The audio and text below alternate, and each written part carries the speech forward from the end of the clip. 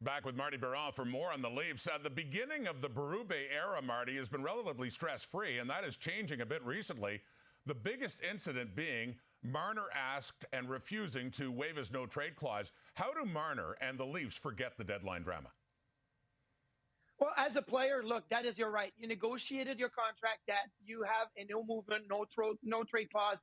And at some point, you know the conversation. You can hear the media talk about it. And if the team comes to you and wants to know if you're willing to waive the no trade or not, then it's your right to say no. But as a player, you keep playing the game. Look, Mitch Marner has played fantastic all season long. He's on pace for over 100 points. He knows he's a UFA at the end of the year, and there's been a lot of chatter. So as a player, you continue doing your thing. You don't talk about it in the locker room. You continue to focus on the game. But as a team, it's a little bit different. So if you're Brad Treliving and you've already approached Marner, how does that affect the negotiation moving forward? How does that affect you and saying, hey, Marner could be a piece of our future now that you've already kind of opened that door, saying maybe we would have liked somebody else that could have fit our team better. So I think for the team, it's a little bit more of a problem because you have to make sure that you kind of fix all the broken bridges that may have been happening. But the player, you focus on your game, you focus on your team, and you just get the job done. And really, Marner had 2 goals against Vegas, and he's got 8 points in his last 6 games and 5 goals in the last 6 games. So I think he knows what to do. Yeah, you're right, though. That this situation isn't the only problem right now for the Leafs.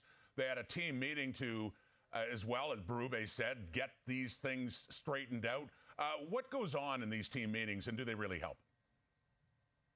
Well, they help if you include everybody. So, I've had meetings where it's the coach that's talking, and when the coach leaves, everybody looks around and they're like, well, you know what, that's not really the way I see it.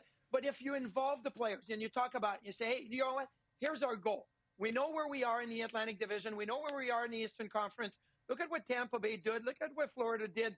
Look at those teams that we will be competing against. The way that we're going to be successful is if we all stick together, we all play the right system, we all put the effort that we need to put in every night. Look, the Leafs have only won 1 playoff round in the last 20 years. Everybody understands this is not a team that has done it in the playoffs. They've done it in the regular season, but not a lot in the playoffs. So, yes, those meetings can work if everybody buys in. It's not just the coach or the GM coming in and telling you how you need to feel. It's the players letting everybody know, hey, this is how we're going to be, feeling moving forward, and this is how we're going to get it done. Well, they were hot after the Four Nations face-off, but pretty cold lately. The Leafs winless in 3, and they have slipped well behind the Panthers in the odds to win the division on FanDuel. Toronto is now plus 280 with 19 games remaining in the regular season.